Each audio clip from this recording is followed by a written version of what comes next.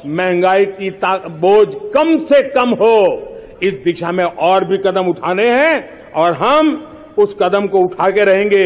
मुसळधार पावसामुळे भाज्यांचे मोठ्या प्रमाणात नुकसान झाले, परंतु इंधनाचे दरही कडाडल्यामुळे आणि रस्त्यांची दुरावस्था असल्यामुळे माल बाजारात पोहोचेपर्यंत भाज्या सडून जात आहेत। त्यामुळे भाज्या आणि कडधान्य कडाडल्याचं चित्र आहे। पावसामुळे टोमॅटो, कांदा, बटाटा आणि मोठ्या प्रमाणात भाज्या अक्षरशः सडून गेल्याचं चित्र पाहायला मिळते।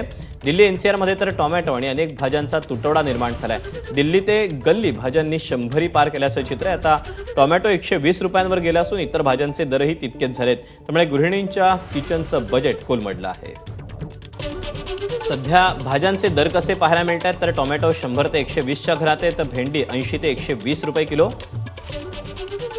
वांगी 70 ते 120, तर कोबी सुद्धा 60 ते 80च्या दरम्यान पाहायला मिळतोय।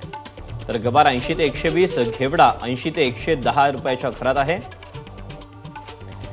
तर आलं 240 ते 280 रुपये, तर शिमला मिरची ही 60 ते 120 रुपयांच्या घरात आहे। तर 100 रुपये किलोनं मिळणारी चवळी 120 रुपयांवर जाऊन पोहोचली।